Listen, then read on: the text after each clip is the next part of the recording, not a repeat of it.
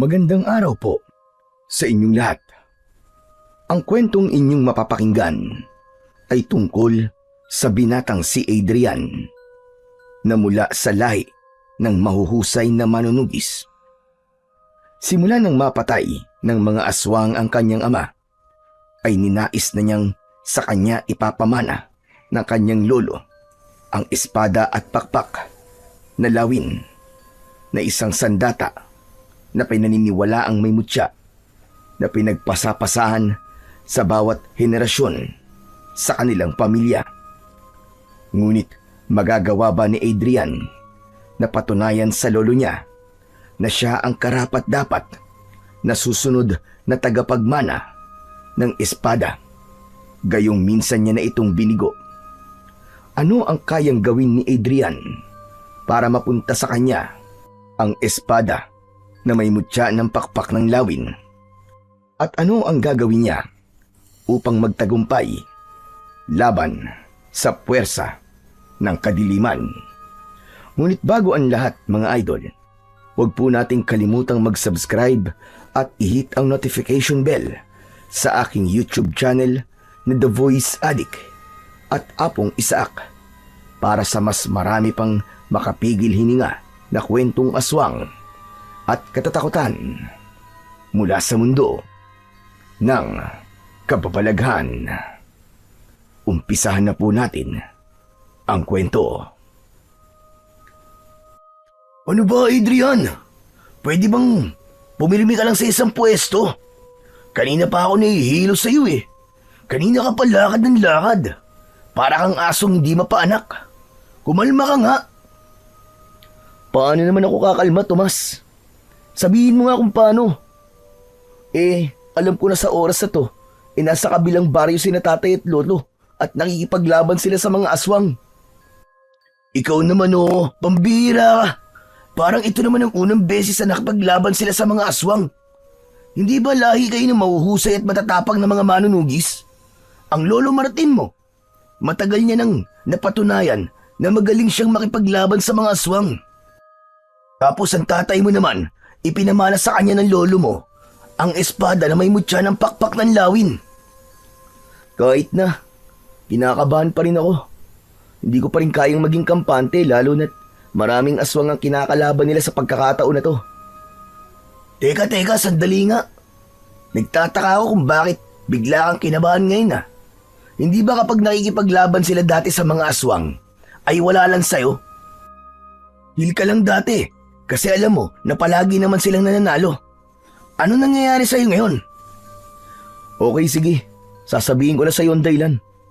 Kagabi kasi, nanaginip ako na namatay daw si tatay sa pakikipaglaban sa mga aswang. Natatakot ako na baka magkatotoong panaginip na yun. Sasabihin ko sana yung kinatatay at lolo para bigyan sila ng babala. Pero hindi ko ginawa kasi naisip ko na baka pagtawanan lang nila ako . Alam mo naman na wala silang tiwala sa akin. Kasi nung sinanay nila ako para maging manunugis, ay puro kapalpakan lang ang mga ginawa ko. Ayun naman pala . Kaya pala nagkakaganyan ka dahil sa isang panaginip. Pero hindi mo ba alam ang sinasabi ng marami tungkol sa panaginip? Sabi nila, kung ano raw ang nakita mo sa panaginip, ay kabaligtaran na mangyayari sa totoong buhay. Kaya kung ako sa'yo, Adrian, kakalma na ako. Ibig sabihin, hindi mamamatay ang tatay mo at mahaba pa ang buhay niya. Sino ba nagsabi niyan sa'yo? Paano mo na sigurong totoong ganyang kasabihan? Basta sabi nila. Ang dami mo naman tanong, tol. Maniwala ka na lang sa akin, pwede ba? Ano kaya kung sumunod na lang ako kina tatay? Baka kung ano na talaga nangyayari sa kanila . Malapit na mag-umaga pero wala pa rin sila hanggang ngayon. Hindi naman tumatagal ng ganito kapag nakikipaglaban sila sa mga aswang . Kinakabahan na talaga ako. Hindi ang tatay mo mamamatay, tol, kundi ikaw kapag ginawa mo yan. Ano bang alam mo sa pakikipaglaban sa mga aswang? Di ba wala naman? Basta, dito lang tayo sa bahay nyo at hindi ka aalis, tapos. Pasalamat ka nga at sinamahan pa kita sa paghihintay sa tatay at lolo mo . Sus, kaya lang naman nandito kay para ikaw ang unang makakarinig ng kwento nila . Kilala kang tsismoso rito sa baryo natin eh. Hayaan mo na. At least, magagandang chismis lang naman ang ipinagkakalat ko. Hindi na muna nagsalita si Adrian. Dumungaw siya sa bintana at umasa na makikita niya na ang kanyang tatay at lolo na paparating. Ngunit bigo siya. Natatanaw na niya sa silangan ang unti-unting pagsikat ng araw. Totoo ang sinabi ng kaibigan ni Adrian na si Tomas. Ang angka nila ay kilala bilang mahuhusay na manunugis ng mga aswang. Kada henerasyon ay hindi pwedeng walang ipapanganak na manunugis sa kanilang lahi. Ngunit tila naputol na yon kay Adrian dahil pakiramdam niya ay wala siyang kakayahan na maging kagaya ng kanyang ama na si Ado at ni Lolo Martin. Tuluyan nang sumikat ang araw. Nakatulog na si Tomas sa sala ng bahay ni na Adrian. Nakadungaw pa rin si Adrian sa bintana, ngunit hindi pa rin bumabalik ang tatay at lolo niya mula sa pakikipaglaban sa mga aswang sa kabilang baryo. Maya-maya pa, napabalikwas ng gising si Tomas. Pupungas-pungas itong lumapit kay Adrian. Ano na nangyari? Nakauwi na ba sina Lolo Martin? Wala pa rin sila, Tomas. Grabe, nag-aalala na talaga ako. Baka kung ano na nangyari sa kanila. Sus Santissima, hindi ka pa rin pala tapos sa mga paganyan-ganyan mo. Pustahan tayo, tol. Kaya wala pa sila hanggang ngayon ay nagdidiwang na ang kabilang baryo sa tagumpay ng tatay at lolo mo. Maniwala ka sa akin. Ewan ko ba? Duda ako sa mga sinasabi mo. Mawawala lang tong kaba ko kapag nakauwi na sila ng buhay at ligtas. Ang negatibo mo naman mag-isip, tol. Hindi ba dapat ikaw ang kauna-unahang magtitiwala sa kakayahan nila bilang mga manunugis? Magsasalita pa sana si Adrian nang makita niya si Lolo Martin na paparating. Duguan ang damit nito. Bakas sa muka ng matandang lalaki ang panghihina.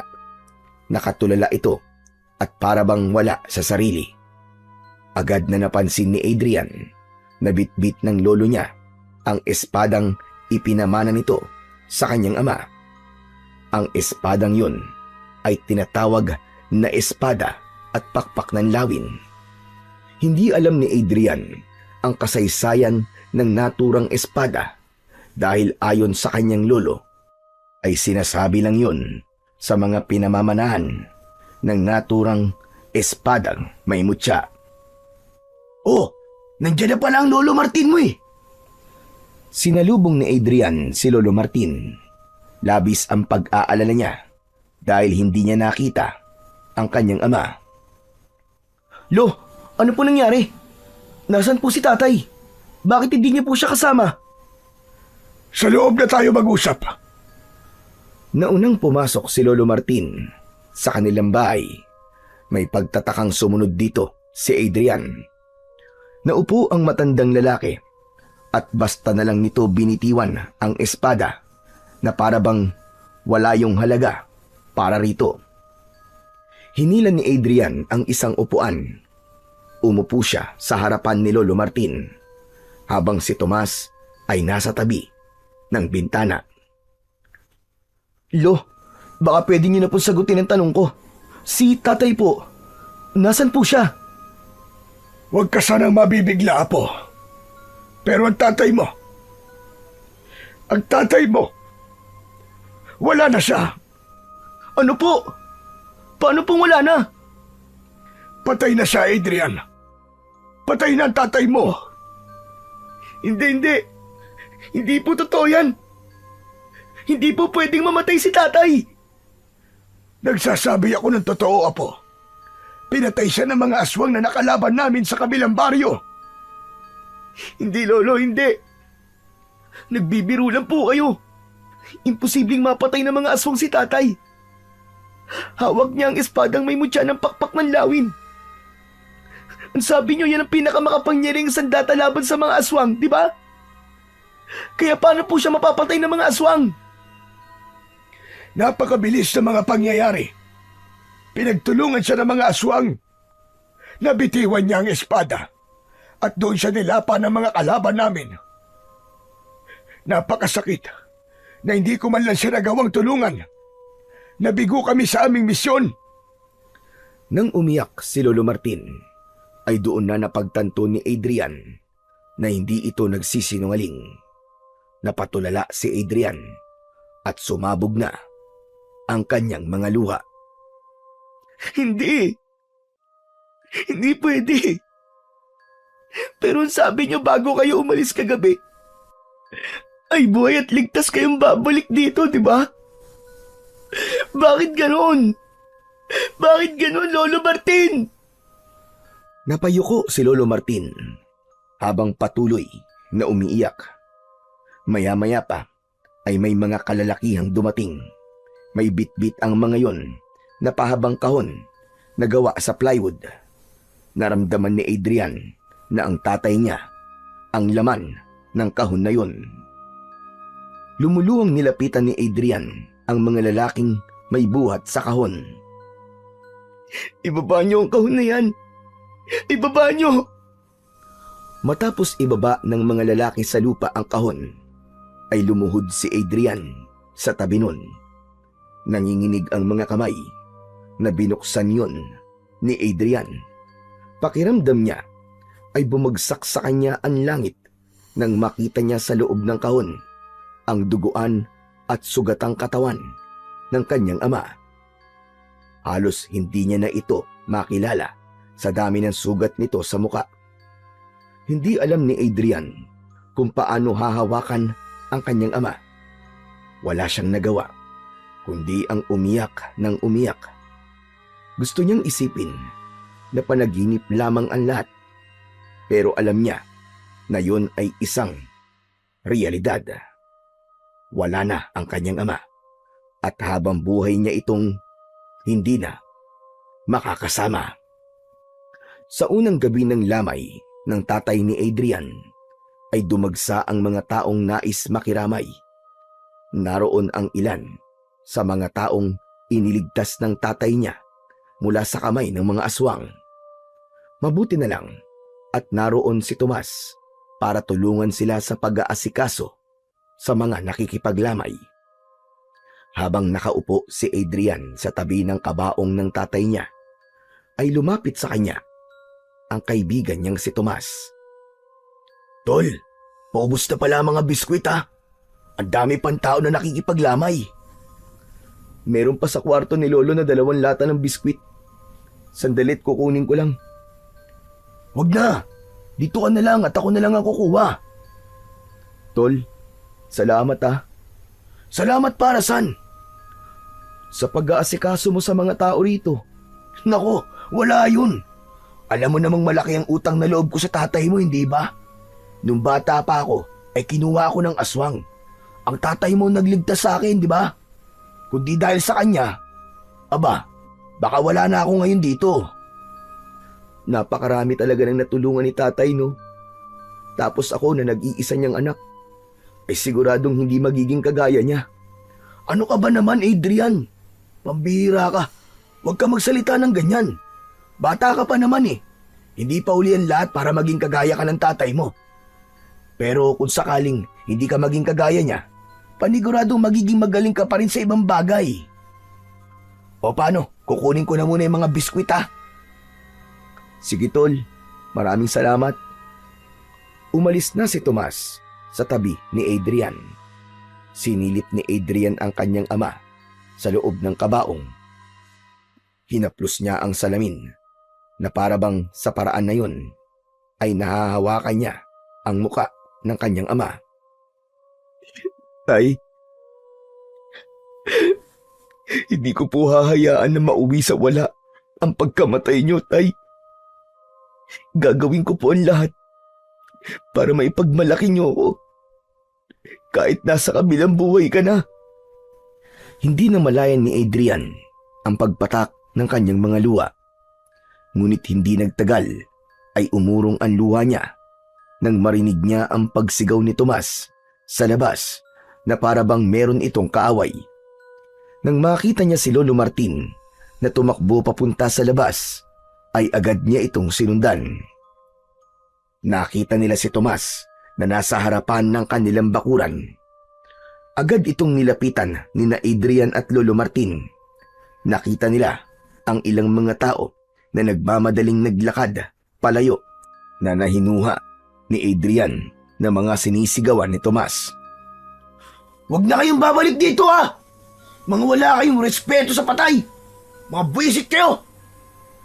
Tomas, ano't sumisigaw ka rito? Abay, lasing ka ba? Saka, bakit mo pinaalis yung mga tao na yun? Hindi ba sina Aling Mosang yun? Nakikipaglamay sila rito kanina. Sus, nandito lang naman ang mga chismosang yun para makikain ng biskwit at sopas eh. Tol, wala namang problema kung nandito sila para makikain lang eh. Saka panigurado na hindi lang pagkain kaya sila nandito. Hindi ba iniligtas ni tatay ang anak na buntis noon ni Aling Mosang mula dun sa tiktik? Sigurado ko na kaya sila nandito ay bukal sa loob nilang pakikiramay. Yun na nga tol eh. Tinulungan ng tatay mo ang anak ni Aling Mosang. Pero yung si Aling Mosang na yun, yung kismosa na yun, abay walang utang na loob. Ano ba sinasabi mo, Tomas? Pwede bang diretsuin mo na kami? Ano bang dahilan at galit na galit ka kay Mosang at sa mga kasama niya? Paano ba naman po, Lolo? Habang namimigay po ako kanina ng mga biskwit, ay narinig ko pong pinag-uusapan ni na Mosang ang tatay ni Adrian. Abay, biruin nyo. Ang sabi nila ay wala raw kwentang manunugi si Mang Ado. Kasi sabi nila, kahit kay Mang Ado nyo raw po ipinamana yung espada, ay natalo pa rin siya ng aswang.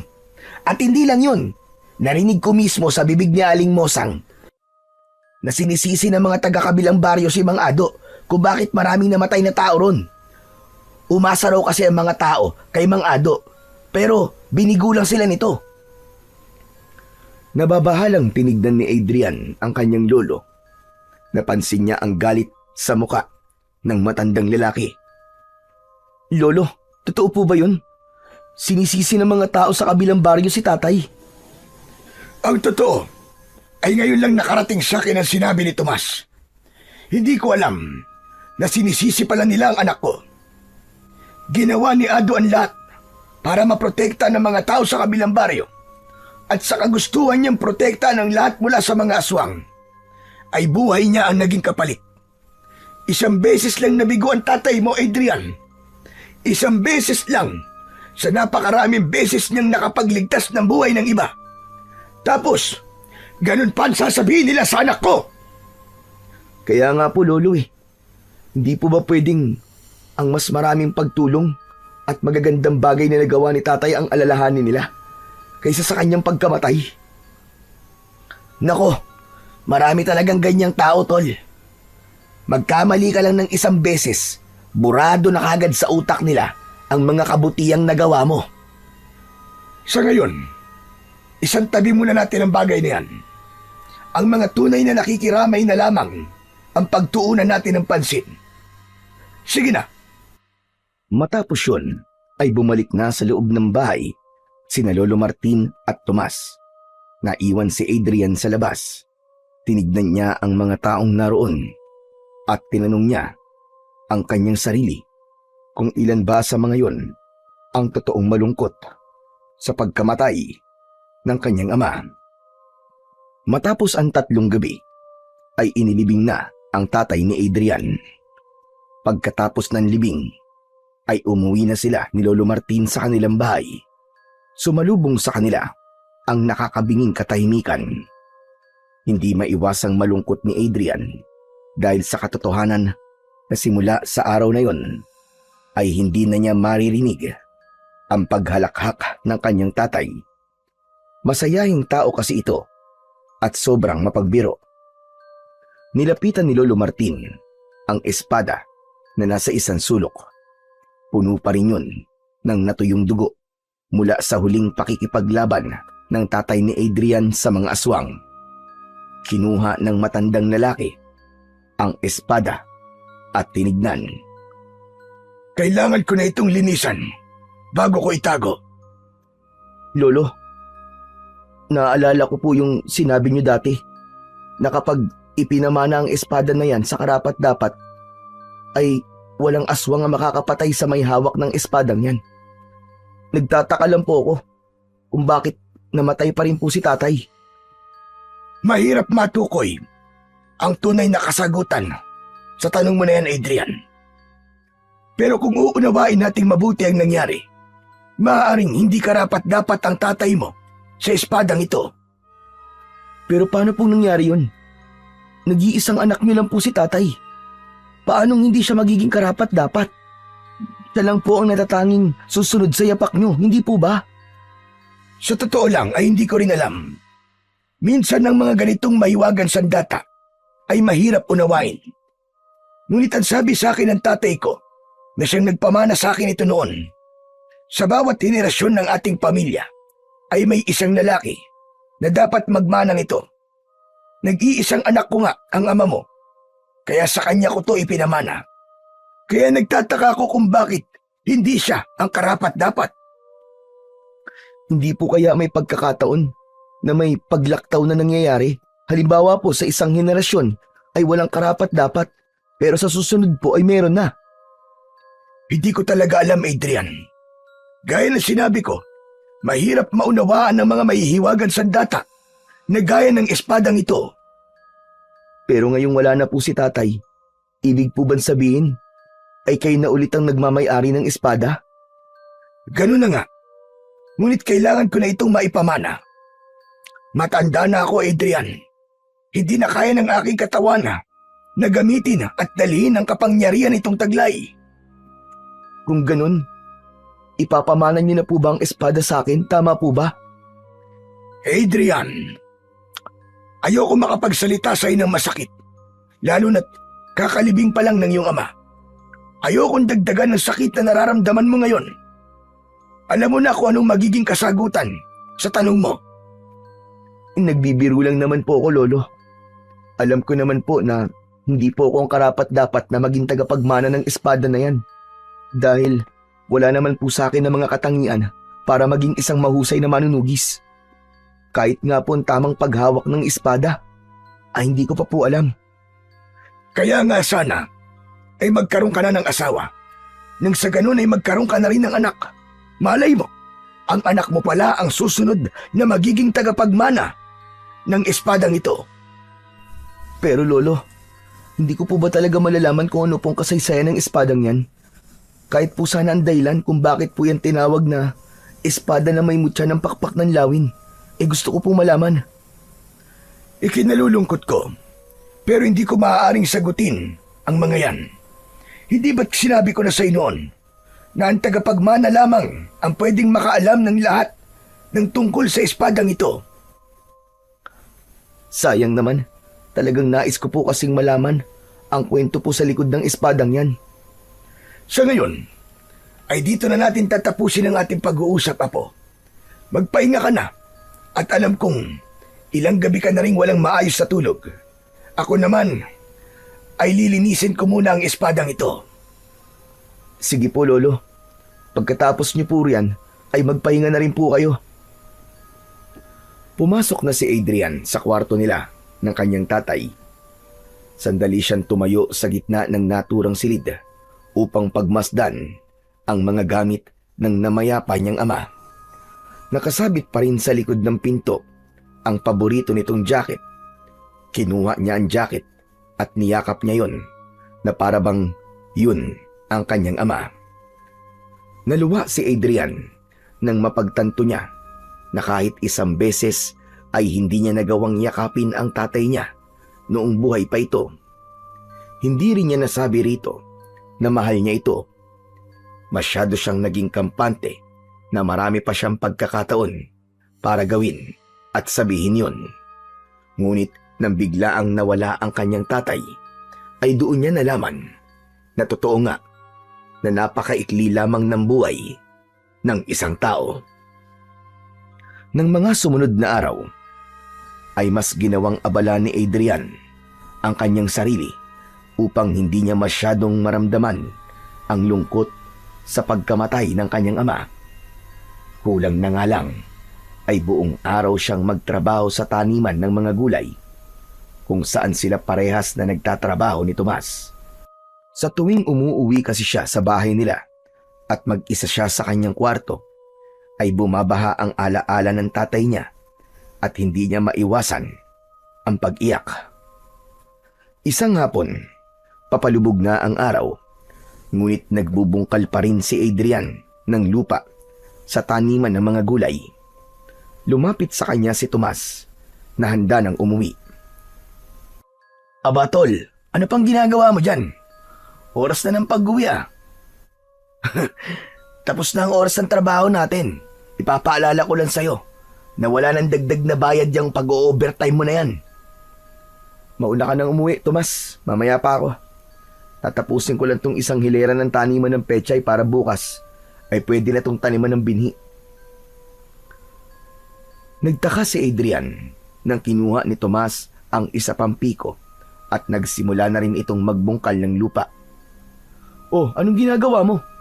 Akala ko ba uuwi ka na? Mamaya na, tutulungan na kitang tapusin to para makauwi ka na rin. Tomas, hindi mo ako naiintindihan eh. Gusto ko talagang may ginagawa ako. Kapag kasi bakante ang utak ko, inaalala ko lang si tatay. Mas lalo lang ako nalulungkot. Naiintindihan kita, tol. Ganyan din ako nung namatay si nanay. Ginagawa kong abalan sarili ko para takasan ng lungkot. Pero alam mo ba, na mali pa lang ganun. Mali na takasan mo ang kalungkutan. Kailangan mo tong harapin para mas madali mo matanggap ang masakit na pinagdadaanan mo. Isipin mo na lang na ang kalungkutan ay parang aswang. Hindi mo to mapapatay kung hindi mo to haharapin. Napahinto si Tomas sa pagbubungkal ng lupa. Tila may kung anong matalim na bagay ang bumaon sa dibdib niya sa sinabing yun ng kanyang kaibigan. Napagtanto niya na simula nang mailibing ang tatay niya ay wala siyang ginawa kundi ang takasan ang kanyang kalungkutan. Kahit paano ay naliwanagan siya na dapat niyang harapin ang lungkot na yon hanggang sa masanay na siya at matanggap niyang wala na talaga ang tatay niya. Tol, hindi ba wala naman tayong trabaho bukas? Oo, wala nga. Bakit mo naman naitanong? Gusto mo bang mag-inom tayo mamayang gabi? Doon tayo sa bahay niyo. Aba, sige ba? Hindi ko tatanggihan yan. Matagal-tagal na rin hindi nasasayaran ng alak ang lalamunan ko. Nakalimutan ko na nga ang lasa nun eh.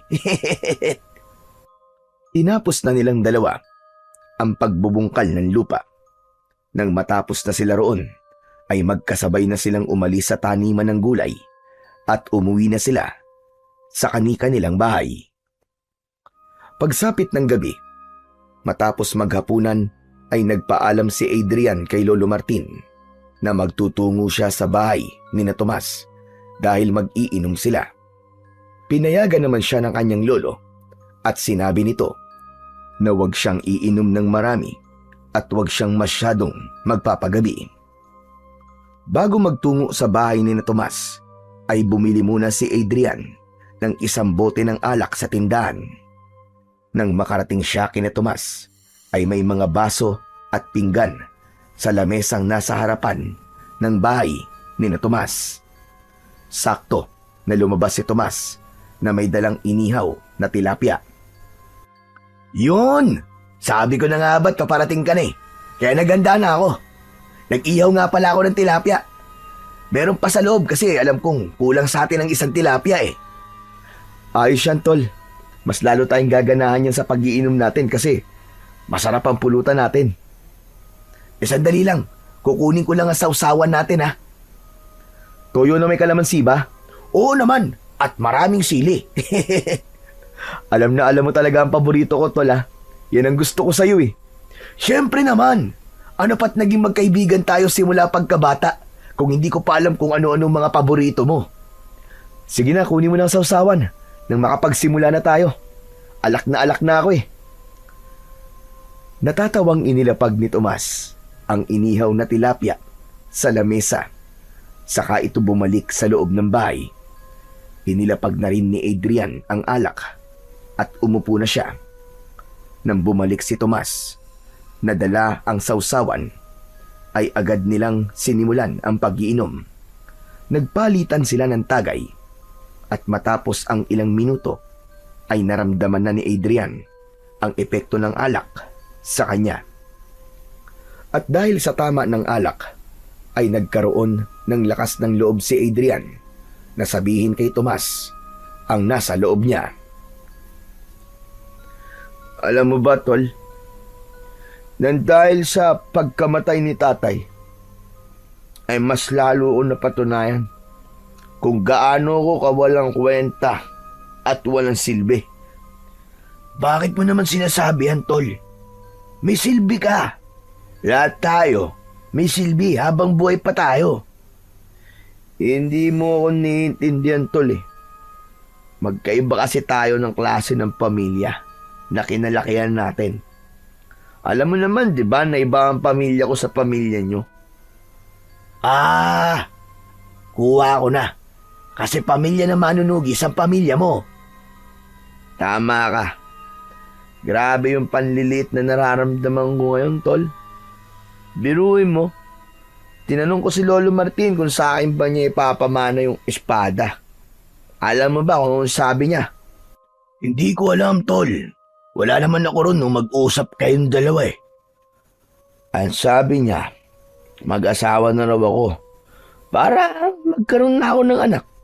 Baka raw sa magiging anak ko, pwede niyang ipamana yung espada. Ibig sabihin, hindi niya talaga nakikita na ako ang susunod na magmamana ng espadang yun. Bakit kasi hindi mo ipakita kay Lolo Martin na karapat dapat ka para sa espadang yun? Paano ko naman gagawin yun, tol? Di ba sinanay nila ako ni tatay tapos puros kapalpakan lang ang ginawa ko? Parang hindi na kasi mabura sa isip ng lolo ko yung ginawa ko na yun eh.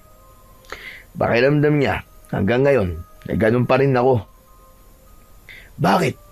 Hindi ka na ba palpak ngayon? Di ba, hindi mo naman alam? Hindi mo malalaman kung di mo ulit susubukan na patunayan sa lolo mo ang sarili mo, tol. Ewan ko ba, tol? Pakiramdam ko tuloy, hindi niya ako totoong apo eh. Sana nga, ampun na lang ako para maintindihan ko kung bakit ayaw niyang ipamana sa akin yung espada na yon. Sus, imposible naman na ampong ka. Parang hinulma sa iisang hulma ng mukha niyo ni Lolo Martin para kayong pinagbiyak na mangga. Bagyang natawa si Adrian sa sinabing yun ni Tomas. Ngunit sa loob niya ay nagdamdam siya kung bakit ayaw ipamana sa kanya ni Lolo Martin ang espada na marami ng beses na pinagpasapasan sa bawat henerasyon sa kanilang pamilya. Alauna na ng madaling araw nang maubos ni na Adrian at Tomas ang isang bote ng alak. Nagpaalam na si Adrian sa kanyang kaibigan at nagsimula siyang maglakad pauwi sa kanilang bahay. Nang makarating na siya sa bahay, ay agad niyang napansin ang isang pahabang kahon na nakasabit sa dingding. Kinuha niya ang kahon at inilapag sa maliit na lamesa na nasa gitna ng sala. Binuksan niya yon at tumambad sa kanya ang espada. Malinis na ulit yun at makintab na. Tinignan at kinausap niya ang espada na para bang naiintindihan siya nun. Alam mo, ang tagal ko nang gustong mahawakan ka, espada. Pero hindi naman kita pwedeng hawakan kasi sabi ni Lolo, kapag hinawakan kita ay maraming mangyayaring kamalasan sa akin. Kasi hindi daw ako ang karapat-dapat. Ngunit nagulat si Adrian nang biglang lumabas si Lolo Martin sa kwarto nito. Lumapit sa kanya ang matanda. Lolo, hindi ko po hinawakan ng espada. Promise po. Teka, bakit nugising pa kayo, Lolo?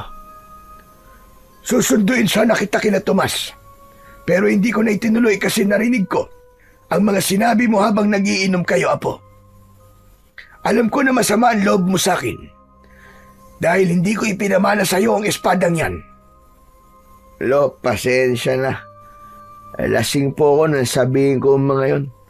Kaya huwag niyo po yung seryosohin, Lo. Hindi po masama ang loob ko sa inyo, promise. Huwag mo nang itanggi.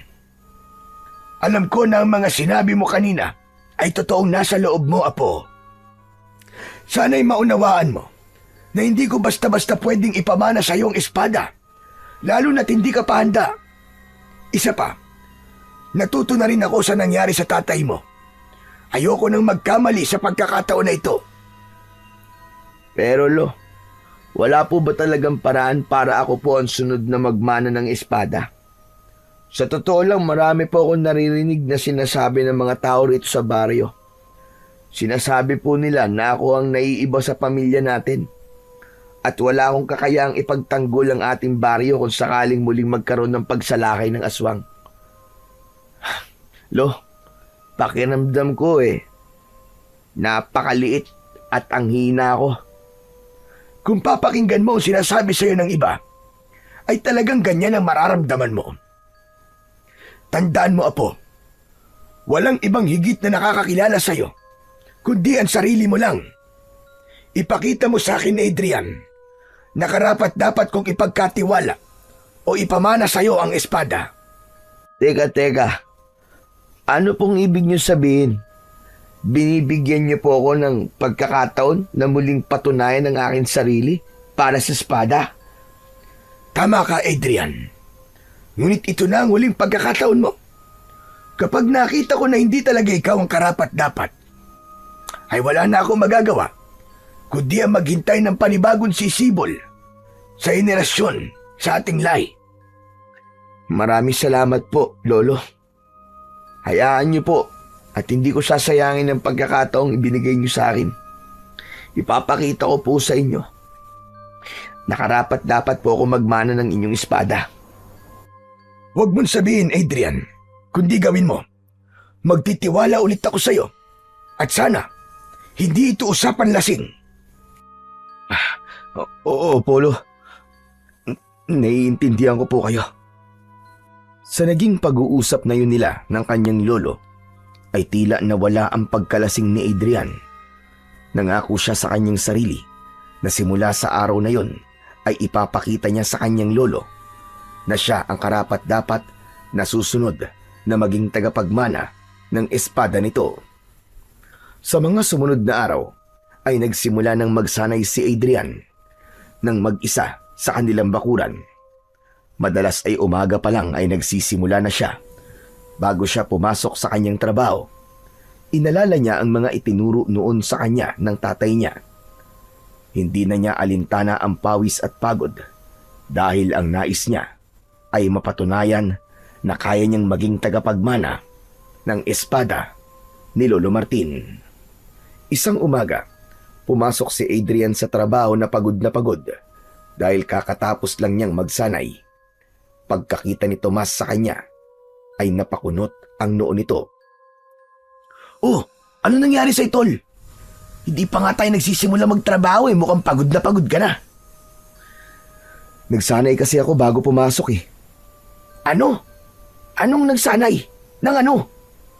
Sa pakikipaglaban sa mga aswang. Bakit mo naman ginagawa yon? Ang akala ko ba hindi ka susunod sa yapak ng tatay mo at lolo mo? Binigyan kasi ako ni Lolo ng huling pagkakataon para patunayan ang sarili ko, Tomas. Kapag nakita ni Lolo na karapat-dapat na raw ako, ay sa kanya ipapamana sa akin yung espada. Talaga? Totoo ba yan, Tol? Oo nga. Kailan ba ako nagsinungaling sa'yo? Pambihira ka. Maraming beses na, uy. Gaya nung bata pa tayo. Sinabi mo na kapag tinusok ko ng kawayan yung bahay ng mga bubuyog, ay magkakaroon ako ng kapangyarihan. Tapos ginawa ko naman, yun, pinutakti ako ng mga bubuyog. Hindi ba, nagmukha akong binugbog ng 10 demonyo nun? Iba naman yun seryoso ako, Tol. Kaya kailangan ko maging mahusay sa pakikipaglaban sa mga aswang. Saka gusto ko tong gawin bilang pag-alala sa tatay ko. Ayokong mauwi sa wala lang ang pagkamatay niya. Kailangan kong labanan ng mga aswang na siyang pumatay sa kanya. Kung ganun, sa sandaling sumalakay na ang aswang dito sa atin, ay makikipaglaban ka na? Ganun na nga, Tol.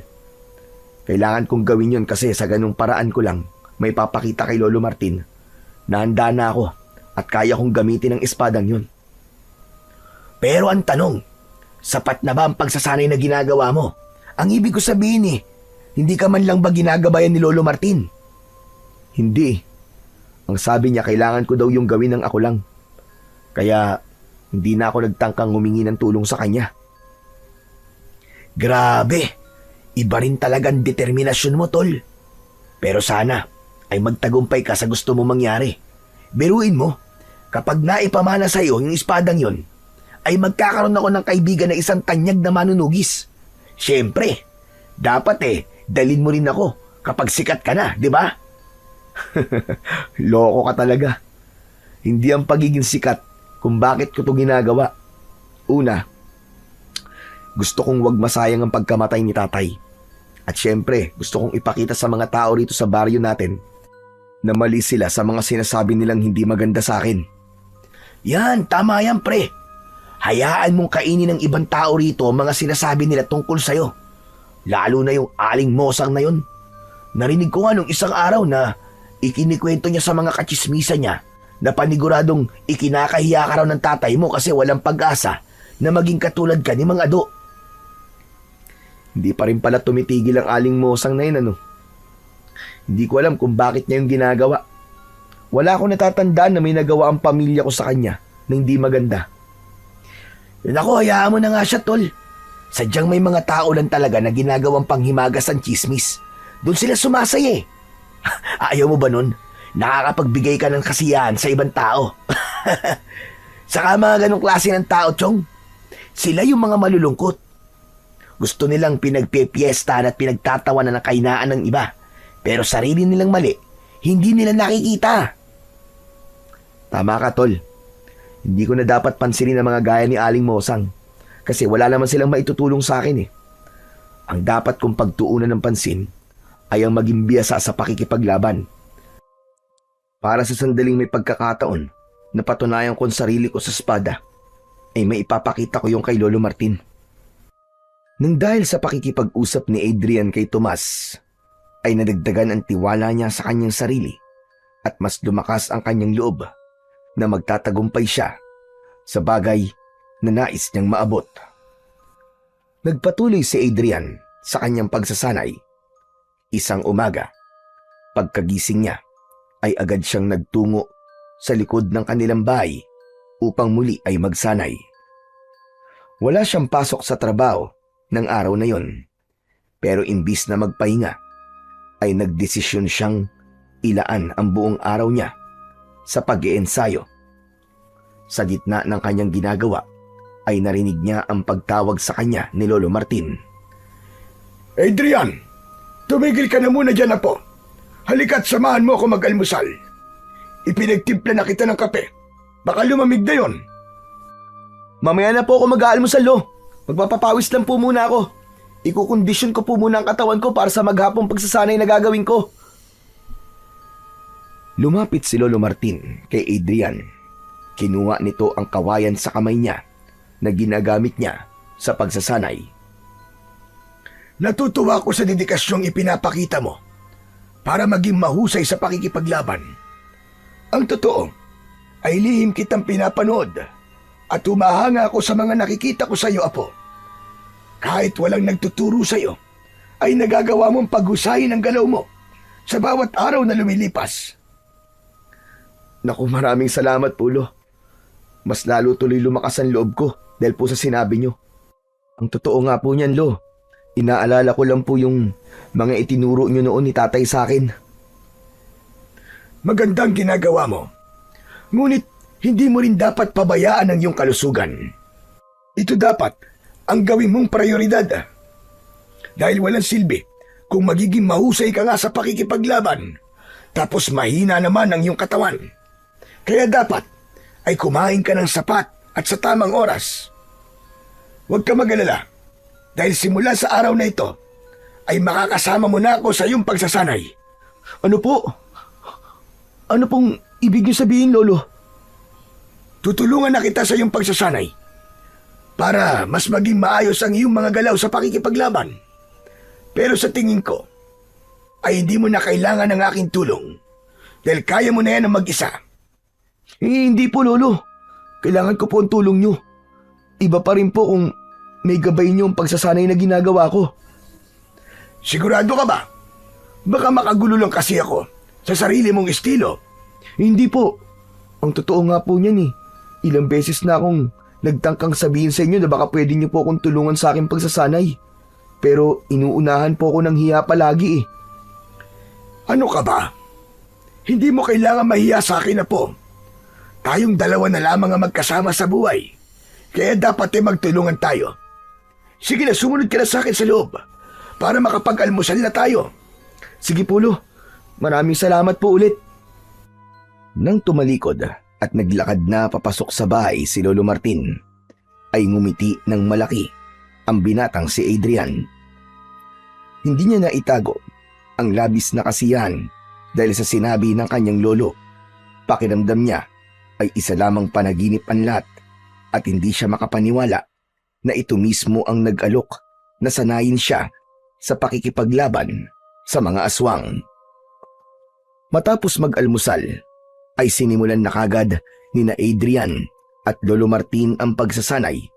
Sa likod ng bahay ay tinuruan si Adrian ni Lolo Martin ng iba't ibang teknik sa pag-atake at pagdepensa gamit ang kawayan na kunwari ay isang espada. Habang lumilipas ang oras, naramdaman ni Adrian ang kasiyahan dahil hindi na siya basta pinapanood lang ni Lolo Martin dahil ito na mismo ang nagtuturo at gumagabay sa kanya. Sa bawat tamang galaw na nagagawa niya ay pinupuri siya nito, kaya mas lalong naging malakas ang determinasyon ni Adrian. Para sa binata, sapat na yon bilang senyales na unti-unti na niyang napapatunayan ang kanyang sarili at nakukuha na niya ang tiwala ng taong matagal nang nag-aalinlangan na ipamana sa kanya ang espada na may mutya ng pakpak ng lawin. Matapos ang kanilang pagsasanay, ay pagod na naupo si Adrian sa mahabang bangko na nasa ilalim ng puno ng mangga. Habol niya ang kanyang paghinga, pero masaya siya. Lumapit si Lolo Martin sa kanya. Kumusta? Marami ka bang natutunan sa pagsasanay natin ngayong araw? Napakarami po, Lo. Nakakapagod pero masaya po ako na kayo na po nagtuturo sa akin ng mga dapat ko pong malaman. Ipinagmamalaki kita po. Napakalayo mo na sa dating Adrian na sinanay namin noon ni Ado. Ibang-iba ka na ngayon. Bata pa po kasi ako noon, Lo eh. Wala pa ako masyadong determinasyon, pero ngayon, nag-iba na po ang paraan ko ng pag-iisip. Lalo na po nung namatay si tatay dahil sa mga aswang. Ayoko po siyang biguin, lalo na alam ko na ang gusto niya ay akong sunod na magmamana ng inyong espada. Huwag ka mag-alala. Dahil sa sandaling makita ko na handa ka na ay ipapamana ko na sa iyo ang espada. Ang nais ko, kapag gagawin ko yon, ay sigurado na ako at hindi na ako magkakamali. Kaya sana ay mas tatagan mo pa ang iyong loob at habaan mo pa ang iyong pasensya at paghihintay. Nauunawaan ko po, Lo. Ganyan din po ang gusto ko. Ayoko pong madaliin ang lahat. Basta, kapag wala ka ulit pasok sa trabaho, ay magsasanay ulit tayong dalawa. Ano po kaya kung umalis na po ako sa trabaho ko para makapag-focus po ako sa pagsasanay? Yan ang wag na wag mong gagawin. Tandaan mo na kung ikaw ay magiging ganap na manunugis, hindi mo maaaring paikutin dito ang iyong buhay dahil madali ka mapapagod. Isa pa, hindi ka babayaran sa pagiging manunugis, kaya dapat ay may ginagawa kang ibang bagay kung saan kikita ka ng pera.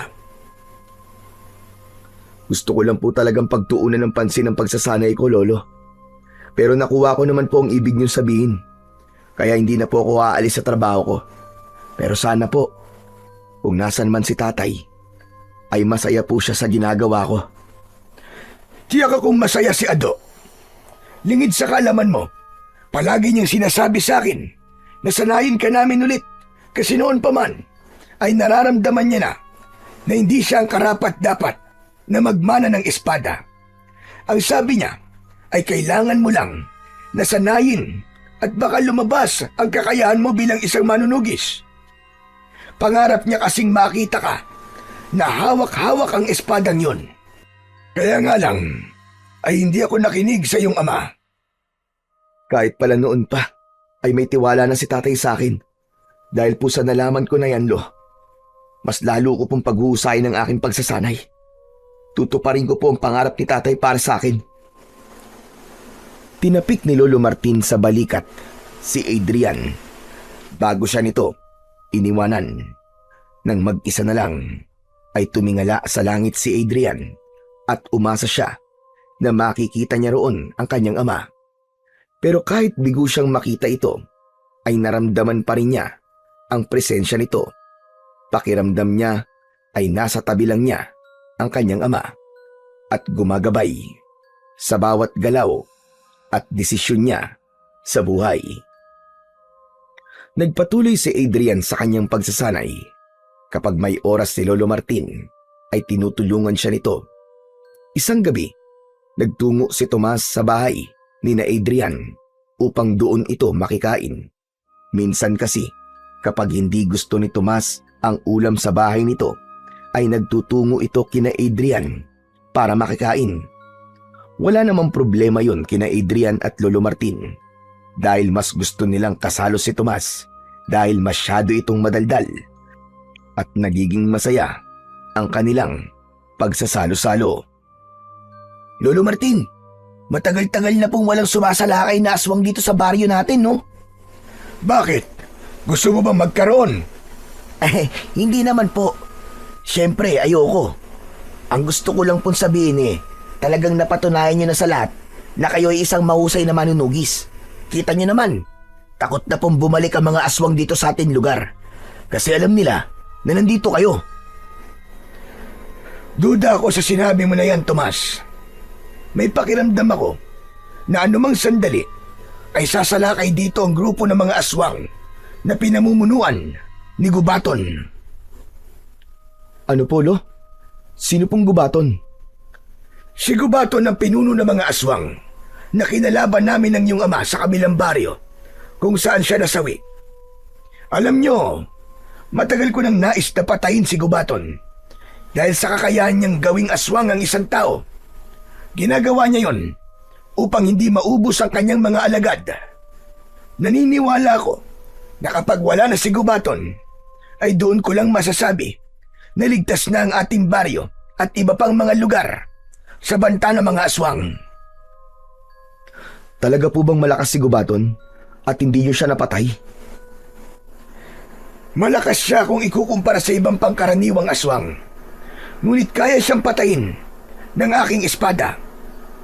Kung ganun, bakit hindi niyo pa po siya patayin?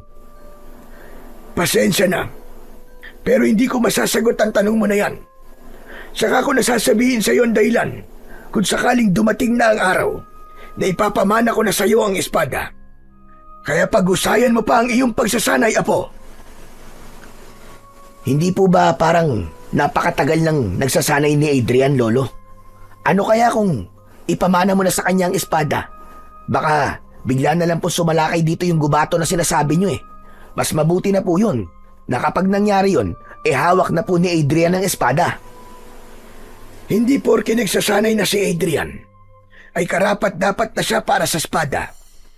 Bilang kasalukuyang tagapangalaga ng espada at pakpak ng lawin, ay ako makakakita at makakaramdam kung kailan ko na pwedeng ipamana ang espada na yun kay Adrian.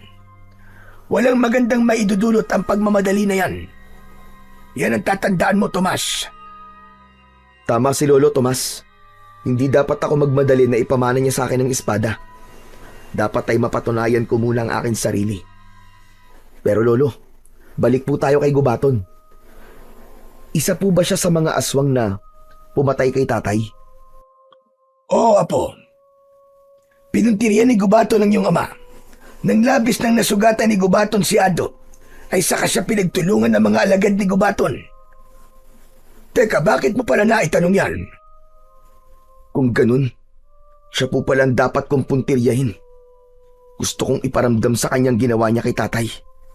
Gusto kong pagsisihan niya ang kanyang ginawa. Naiintindihan ko ang galit mo ngayon. Pero ipapaalala ko lamang sa iyo na hindi magandang motibasyon ang paghihiganti. Ang dapat mong maging motibasyon ay ang mga taong maaari pang maging biktima ni Gubaton at ng mga alagad niya. Isipin mo na ang mga anak na gaya mo na maaaring mawalan ng magulang nang dahil sa mga aswang. Sigurado ko na kapag naging ganyan ang paraan mo ng pag-iisip, ay makukuha mo ang iyong gustong mangyari. Marahang tumango si Adrian kay Lolo Martin. Doon niya napagtanto na talagang kailangan niya nang manahin ang espada dahil wala silang ideya kung kailan muling sasalakay si Gubaton. At baka sa sunod nitong pagsalakay ay sa baryo na nila Adrian. Matapos manghapunan ay hindi mo na umalis si Tomas sa bahay ni na Adrian. Nakipagkwentuhan muna ito kay Adrian habang si Lolo Martin ay naghuhugas ng kanilang pinagkainan sa likod ng bahay. Alam mo, Tol, hindi na ako makapaghintay na mapunta sa iyo yung espada eh. Ang astig mo sigurong tignan habang hawak mo yun tapos nakikipaglaban ka sa mga aswang, no? Sus, gusto mo lang kasi akong ipagyabang kaya atat na atat kang mangyari yun. Aba, dapat lang na ipagyabang kita kasi best friend kita eh. At hindi lang kita ipagmamayabang, ipagmamalaki rin kita. Tol, sana wag mo akong kalimutan kapag sikat na manunugis ka na ha. Baka mamaya isnabin mo na lang ako. Hindi ba ang sabi ko sa'yo ay hindi ko hangad ang sumikat? Ang gusto ko lang ay tuparin ang pangarap ni tatay para sa akin na maging susunod na tagapagmana ng espada.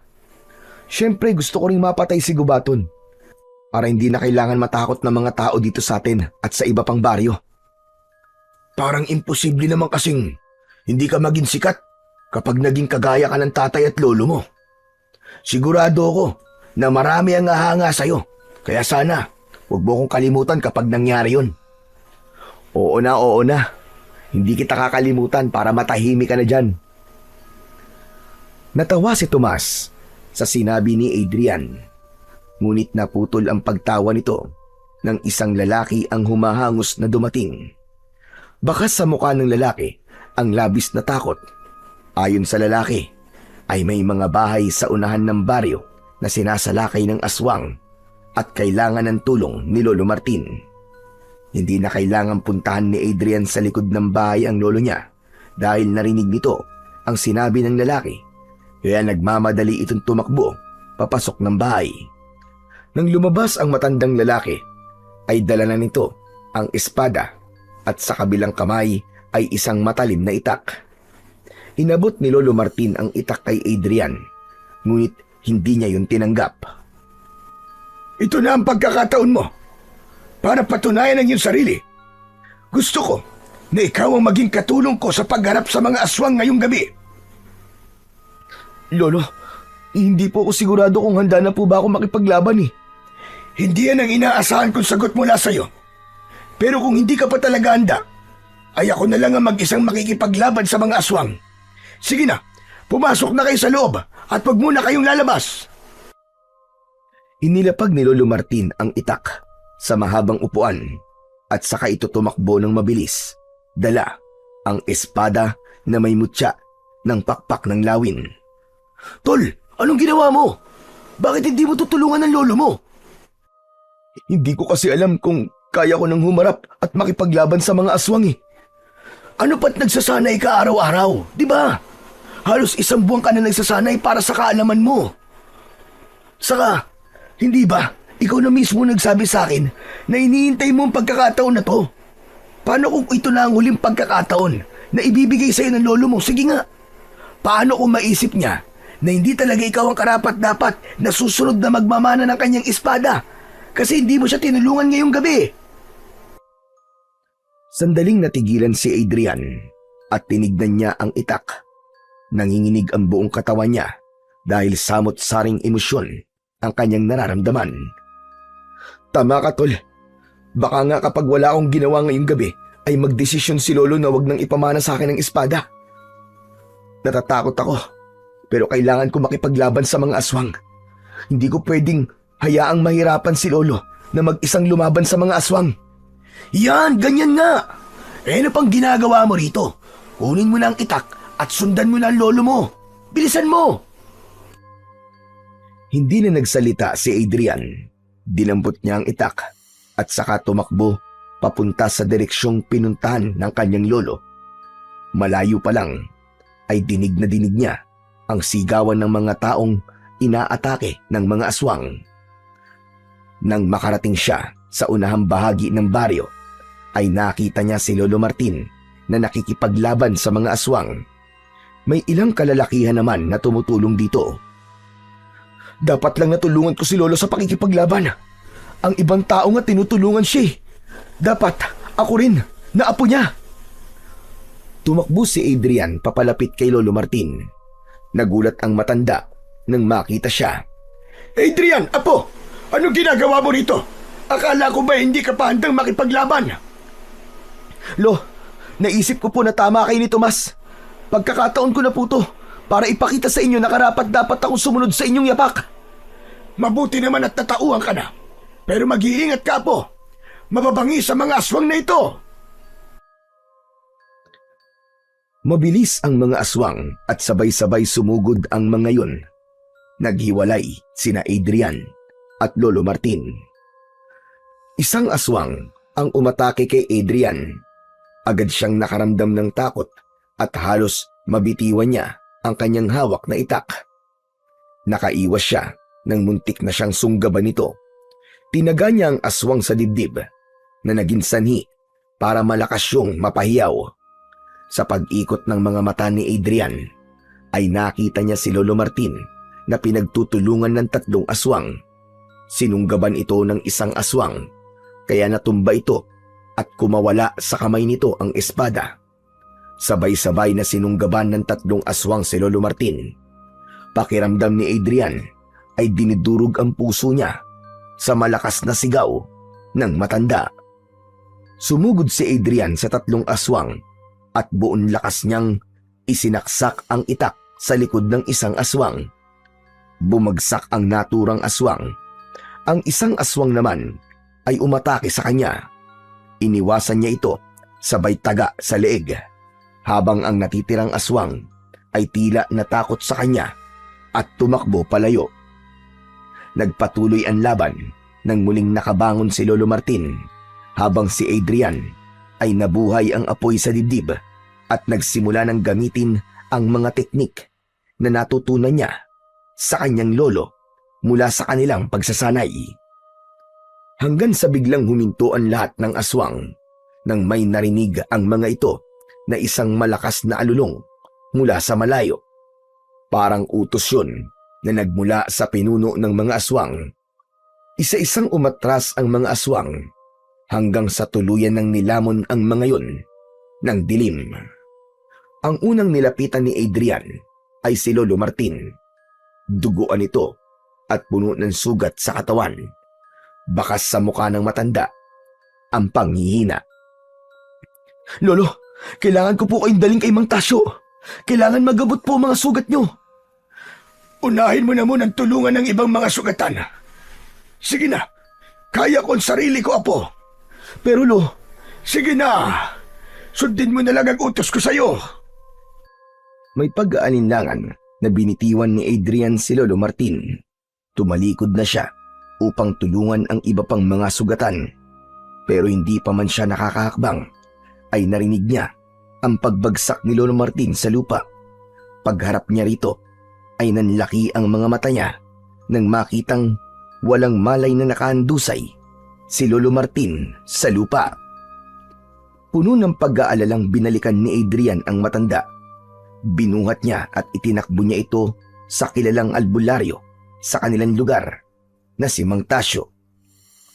Pagdating ni na Adrian at Lolo Martin sa bahay ng albularyo, ay agad na nilapatan ng lunas ng manggagamot ang mga sugat ni Lolo Martin.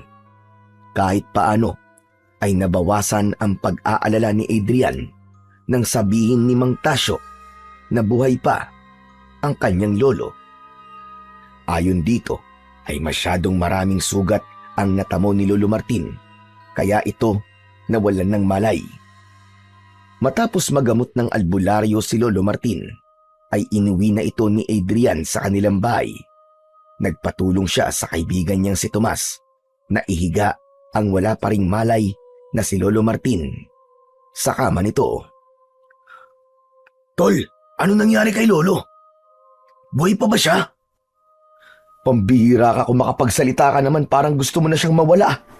Natural, buhay pa siya. Wala lang siyang malay dahil sa mga sugat na natamo niya sa mga aswang. Salamat naman sa Diyos at buhay pa si Lolo Martin. Pero mukhang mababangis sa mga aswang na sumalakay dito sa atin ah. Ngayon ko lang kasi nakitang ganyan si Lolo Martin eh. Ako rin, tol. Pero sa tingin ko, ay dahil sa matanda na si Lolo, kaya ganyan na nangyari sa kanya. Mahina na siya at hindi na siya gaya nun na talagang ubod ng lakas. Malungkot na tinignan ni Adrian si Lolo Martin. Sa kabila ng napakaraming sugat nito, ay ipinagpasalamat pa rin niya sa Diyos na buhay pa ito. Hindi lang kasi kay Adrian malaking kawalan si Lolo Martin, kundi maging sa buong baryo nila, dahil tanging ito lamang ang may kakayahan na makipaglaban sa mga aswang sa kanilang lugar. Kinabukasan ng umaga, habang nagluluto ng almusal si Adrian, ay biglang lumabas si Lolo Martin sa kwarto. Hirap itong maglakad at sa bawat takbang ay napapangiwi ito. Mabilis na nilapitan at inalalayan ni Adrian si Lolo Martin. Lo, hindi na po muna dapat kayo tumayo eh. Sariwa pa po mga sugat nyo. Humiga na po muna kayo ulit at dadalang ko na lang po kayo ng almusal sa kwarto nyo. Hindi ko kayang mahiga lang kapag ganitong umaga na. Hayaan mo ko at kaya ko naman ang sarili ko. Yan din po ang sinabi nyo sa akin kagabi. At sabi nyo, kaya nyo. Oh, pero nung nangyari, bigla na lang po kayo nawalan ng malay. Sige na po, aalalayan ko po kayo sa pagiga. Hindi na kumontra si Lolo Martin. Maingat itong inalalayan ni Adrian hanggang sa makarating ito sa papag. Naupo lang doon ang matanda. Dito lang po kayo ha. Tatapusin ko lang po ang niluluto ko para makakain na po tayo. Tapos, papalitan ko rin po ang benda nyo. May binigay din pong gamot si Mang Tasyo para sa kirot. Kailangan nyo po yung inumin pagkatapos nyong kumain. Bumalik si Adrian sa kusina upang tapusin ang kanyang ginagawa. Matapos niyang magluto, ay dinalhan niya ng pagkain at kape si Lolo Martin. Doon na rin siya kumain dahil alam niyang hindi sanay ang lolo niya na kumain ng mag-isa. Grabe po naging laban natin kagabi sa mga aswang, Lolo. Hindi ko po akalain na talaga palang nakakatakot na gawin ng ganung bagay. Unang beses ko po yung ginawa at nalaman ko na mahirap pala talaga ang ginagawa niyo ni tatay. Kaya mas lalo pong tumaas ang paghanga ko sa inyong dalawa. Ako rin. Tumaas din ang paghanga ko sa ginawa mo kagabi, Adrian. Ano po? Nagbibiro po ba kayo? Bakit naman po kayo hahanga sa akin? Hindi ko nga po naubos yung mga aswang eh. Hindi importante na maubos mo sila o hindi. Ang pakikipaglaban mo sa kabila ng iyong takot ay isang bagay na kahanga-hanga. Hindi lahat ng tao ay kayang gawin ang ginawa mo. Isa pa, Adrian, utang ko sa iyo ang aking buhay. Ikaw ang nagligtas sa akin mula roon sa 3 aswang. Nung nakita ko po kasi kayong nahihirapan, parang bigla akong tumapang eh. Wala nang nasa isip ko ng sandaling yon kundi ang iligtas kayo, Lo. Pero Lolo Martin, yung mga aswang po na nakalaban po natin kagabi, sa tingin niyo po ba alagad po sila ni Gubaton? Sigurado ko na alagad sila ni Gubaton. Yung alulong na narinig natin mula yun kay Gubaton, yun ay hudyat na pinapaatras niya ang kanyang mga alagad. Maraming beses ko nang narinig ang alulong na yun, kaya hindi ako maaaring magkamali. Kung ganun, nagsisimula na po pala silang umatake dito. Ay, Lo, oo nga po pala. Yung espada niyo po naroon pa rin po sa una ng ating baryo. Binabantayan po yun ni Tomas para masiguro na walang hahawak na iba ron. Kahit po alam ng mga tao rito sa atin na hindi nila maaaring hawakan yon, ay mas mabuti na po ang sigurado. Kaya po pinapabantayan ko yung kay Tomas. Mabuti naman kung ganon. Mamaya ibabalikan ko yon para ako mismo ang kumuha at para may pamana ko na rin sa iyo. Nanlaki ang mga mata ni Adrian sa sinabing yun ni Lolo Martin. Pakiramdam niya ay mali lang ang pagkakadinig niya. Teka, ano pong sabi niyo, Lo? Pwede po bang pakiulit? Nabingi ka ba sa lakas ng sigaw ng mga aswang kagabi? Kaya hindi mo na narinig ang aking sinabi. Narinig ko po, Lo, pero gusto ko lang po makasiguro kung tama nga po ang pagkakadinig ko. Tama po ba? Ipapamana niyo na po sa akin ng espada? Oo, tama ka ng pagkakarinig. Sapat na mga nakita ko kagabi para makumbinsi mo ko na karapat-dapat ko nang ipamana ang espada sa'yo. Isa pa, mahina ng katawan ko at kahit ang isang makapangyarihang espada ay hindi na ako magagawang palakasin ng gusto. Panahon na para magkaroon ng mas bata at mas malakas na bagong tagapangalaga ang aking espada. At yun ay walang iba kundi ikaw, Adrian. Hindi po ako makapaniwala. Maraming salamat po, Lolo. Hindi ko po alam ang sasabihin ko pero sobrang saya ko po. Salamat po talaga! Hindi na napigilan ni Adrian ang mapaluha sa labis na kasiyahan. Maingat niyang niyakap si Lolo Martin at sa loob niya ay nagpasalamat din siya sa Panginoong Diyos dahil naniniwala siya na ito ang may kaloob para mangyari ang bagay na matagal niya nang inaasam. Matapos mag-almusal, ay pinainom na ni Adrian ng gamot si Lolo Martin. Inalis niya ang benda ng mga sugat nito at sa kanya yon nilinisan. Pinalitan niya rin ng malinis na benda ang mga sugat ni Lolo Martin. Hindi na nag-aksaya ng oras ang dalawa at pinuntahan na nila ang kinaroroonan ng espada na may mutya ng pakpak ng lawin. Naabutan nila roon si Tomas na matyagang nagbabantay sa espada ni Lolo Martin na nakalapag sa lupa. Hay! Salamat sa Diyos at andito na kayo. Magdamag kong binantayan ng espada niyo, Lolo, ha? Sinigurado ko na talagang walang ibang humawak niyan. Maraming salamat sa iyo, Tomas. Talagang maaasahan ka pagdating sa mga ganitong bagay. Sige na, Tomas. Maaari ka nang umuwi sa inyo para makapagpahinga. Okay po, Lo. Magpagaling po kayo, ha?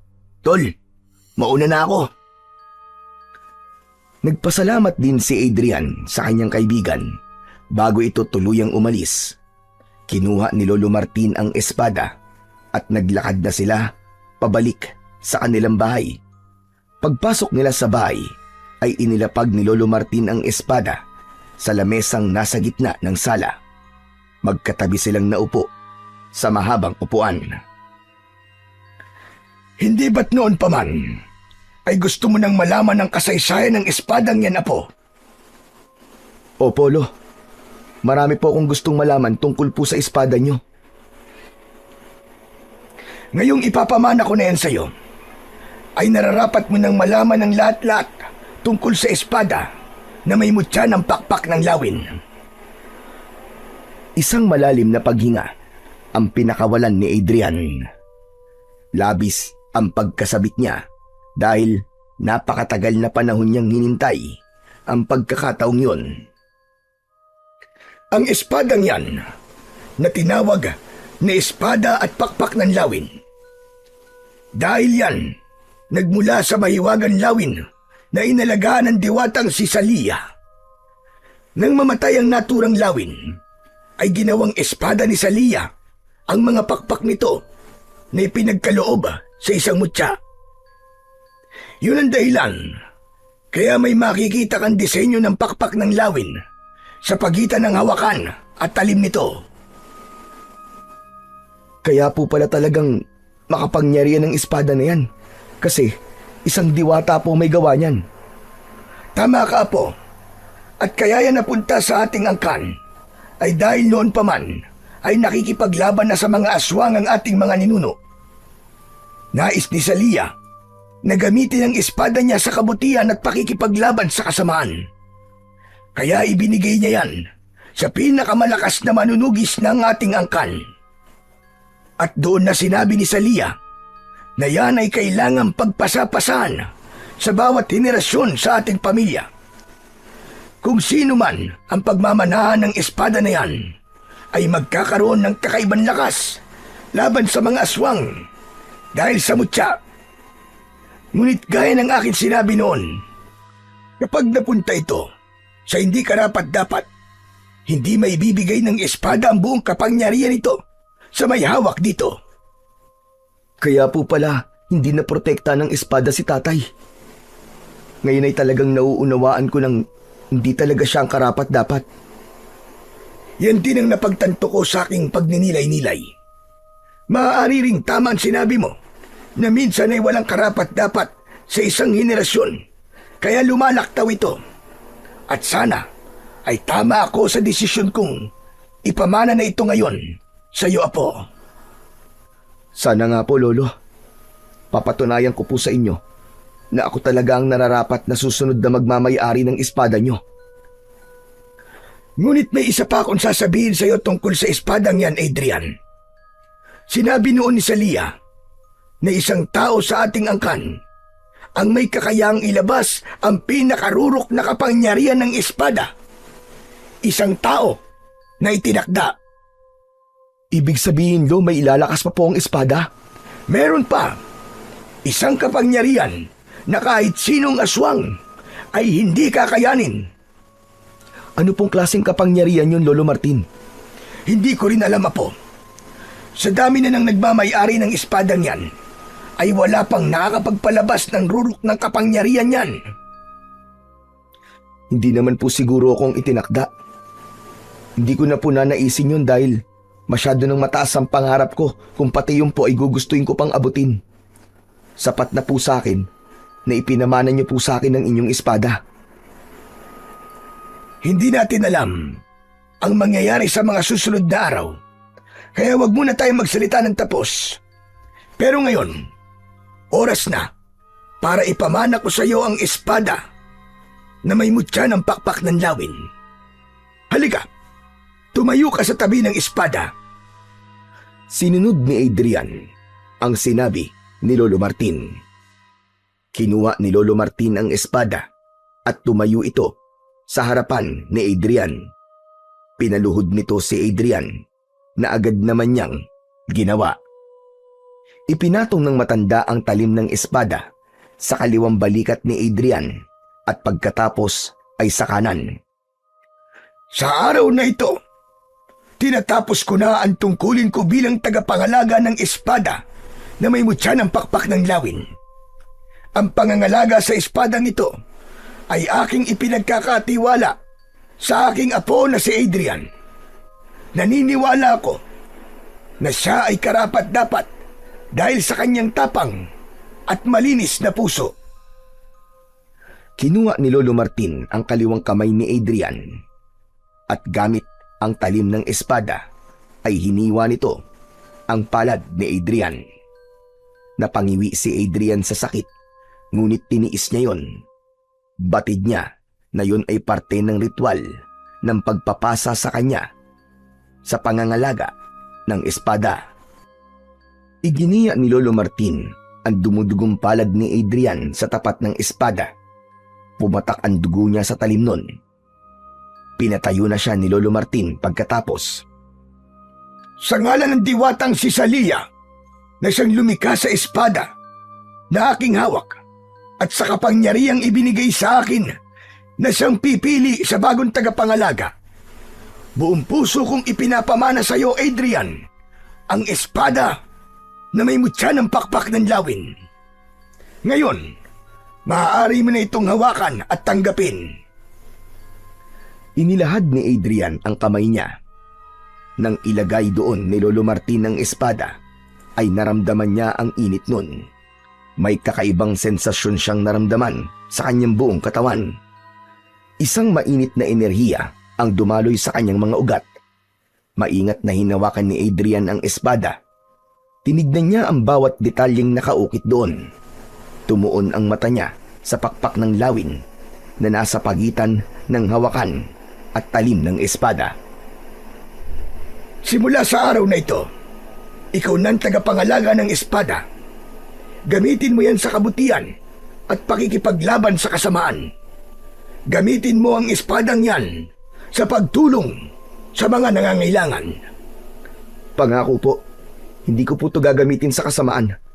Ipapakita ko po sa inyo at kay Salia na ako ay karapat-dapat na maging tagapangalaga ng espada ng pakpak ng lawin. Habang hawak ni Adrian ng espada, ay naramdaman niya ang bigat nito sa kanyang mga kamay. Alam niya na yun ay dahil sa kapangyarihang nakapaloob sa espada. Agad ding sinimulan ni Lolo Martin ang pagsasanay kay Adrian sa paggamit ng espada. Tinuruan nito si Adrian kung paano ang tamang paghawak sa espada at kung paano ang pag-atake at pagdepensa.